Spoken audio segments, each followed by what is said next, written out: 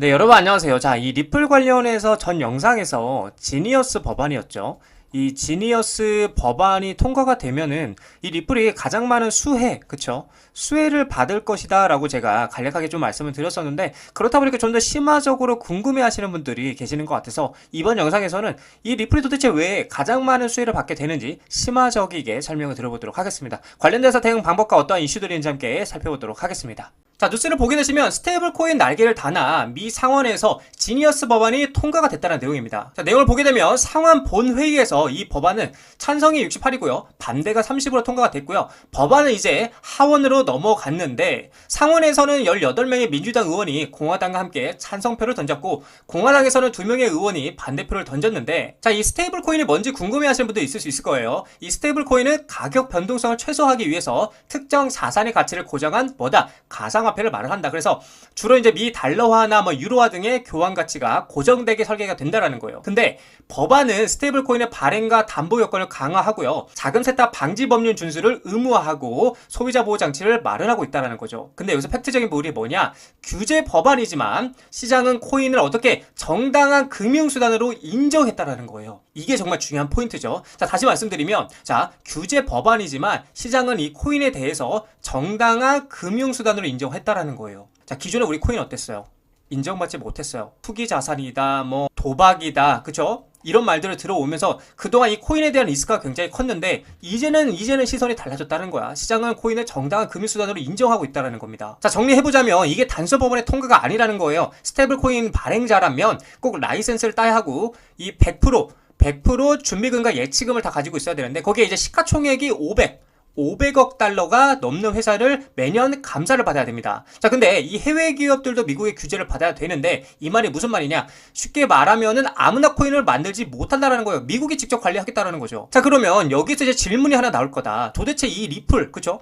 이 리플과 무슨 상관이냐라고 하실 수 있는데, 자, 이 리플은 RLUSD라는 스테이블 코인을 만들었고요. 거기에다가 XRP 레저 위에서 움직이고 있는 구조입니다. 즉, 미국 정부가 이런 법안을 통과시켰다라는 것은 이 XRP 리플도 이제 제도권으로 들어올 수 있는 발판이 마련이 되었다는 거예요. 이제 XRP는 규제에 대한 위험 요소가 아니라 제도권에 진입 중이라는 내용인 거죠. 자, 그리고 이러한 법안이 생기면 생길수록 이 시장에서 가장 먼저 자리를 잡아놓은 누가 유리하다?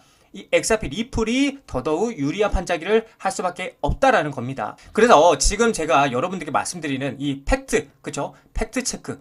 규제 법안이지만 시장은 코인을 정당한 금융수단으로 인정하고 있다. 이걸 우리는 잊어서는 안 된다는 거예요. 그러니까 시장에서 바라보는 이 코인 그리고 가상화폐 리플의 시선이 완전하게 달라졌다는 걸 말씀드리는 겁니다. 자, 그래서 이 지니어스 법안이 이제 통과가 되게 되면은 리플에게 가장 많은, 그쵸? 이 수혜가 될 것이라고 제가 말씀을 드렸었는데 이 부분에 대해서 좀 더 심화적인 말씀 드려보자면 이제 일단 미국 규제가 이제 명확하게 된다라는 것, 리플의 제도권, 그쵸? 이 제도권 편입이 가속화가 된다는 겁니다. 자, 그래서 현재 상황 같은 경우는 이제 미국은 여전히 가상자산 규제 불확실성이 매우 큰데 XRP 같은 경우는 특히 증권인가 아닌가를 두고 거의 뭐 한 4년에서 5년 정도죠. 법적 분쟁 중에 있는데 이 때문에 미국 내 금융기관이나 뭐 결제 업체들은 XRP 사용을 주저하고 있다라는 거죠. 자, 근데 지니어스 법안이 통과가 된다라면 디지털 자산의 법적 정의를 어떻게 명확하게, 그쵸? 명확하게 설정이 되고 증권, 뭐 비증권, 상품 등을 구체적으로 구분할 가능성이 크다는 거예요. 그래서 이제 이 리플, 그쵸? 이 리플 상품 또는 뭐 유틸리티 토큰으로 명시가 된다라면 법적 불확실성이 어떻게 된다? 해소가 된다라는 겁니다. 자, 이렇게 된다라면 XRP 입장에서는 뭐 미국 내에서 금융거래, 투자 자산으로 공식적 인정을 받을 수가 있고요. 기존의 은행, 뭐 핀테크 기업들이 XRP 기반 송금을 자유롭게 어떻게 한다? 활용이 가능하다. 활용이 가능하고 미국 내 사업 확장의 이제 장벽이 완전히 사라진다는 거죠. 그래서 SEC와의 XRP 관련 소송 자체가 이제는 무의미해질 가능성이 크고 가장 큰 리스크인 SEC와의 소송이 종료가 된다는 거예요. 그러면 당연히 법적 불확실성이 사라진다는 거겠죠. 그래서 미국 내 거래소 재상장 가능성이 커지고요. 장기 투자자와 기관 투자자들의 매수 심리가 어떻게 된다? 회복이 된다.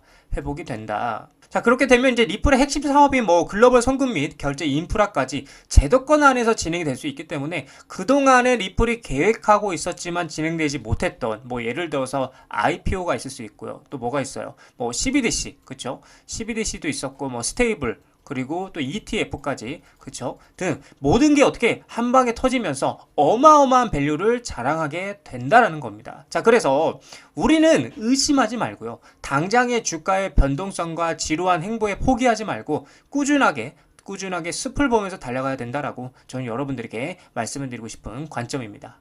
자, 리플 차트를 보게 되시면 지금 계속해서 계단식 상승으로 어디까지 이 매물대죠. 이 박스권 상단 부인 3,250원짜리까지 계속해서 올라가고 있는, 꼬물꼬물 올라가고 있는 모습 보여지고 있고, 지금 중요한 건 이제 계속해서 여기 물량을 흡수하고 있는 거죠. 흡수하면서 천천히 올리고 있는 상태인데, 결국 중요한 건 3,250원짜리를 돌파하고 이 위에 안착하는 그림이 나와줘야 상반 스탠스를 갈 수 있다고 말씀드렸고, 그렇게 되면 이제 4,000원짜리까지도 충분히 열려 있다라고 좀 말씀을 드릴 수 있을 것 같아요. 하지만 반대로 결국 또 이 3,250원짜리를 돌파 못하고 꼬꾸라지게 된다라면 이번에 떨어질 때는 이제 2,500원짜리, 그쵸? 이 쌍바닥 리테스트 때까지 하루 충분히 떨어질 가능성이 있기 때문에 여러분들이 참고를 하셔야 되고, 만약에 3,000 아래로 떨어지게 된다라면 제가 계속 말씀드리죠. 여기는 굉장히 매력적인 자리다. 그래서 우리는 뭘 해야 된다? 매수로 대응을 하면 된다라고 말씀을 드렸습니다. 그래서 어렵게 생각 안 하셔도 돼요. 3,250원짜리 돌파하면 4,000원까지 열려 있고, 반대로 돌파 못하고 3,000원짜리까지 뚫리게 된다라면 우리는 3,000원 아래에서 매수를 하면 된다라고 말씀을 드리고 싶습니다.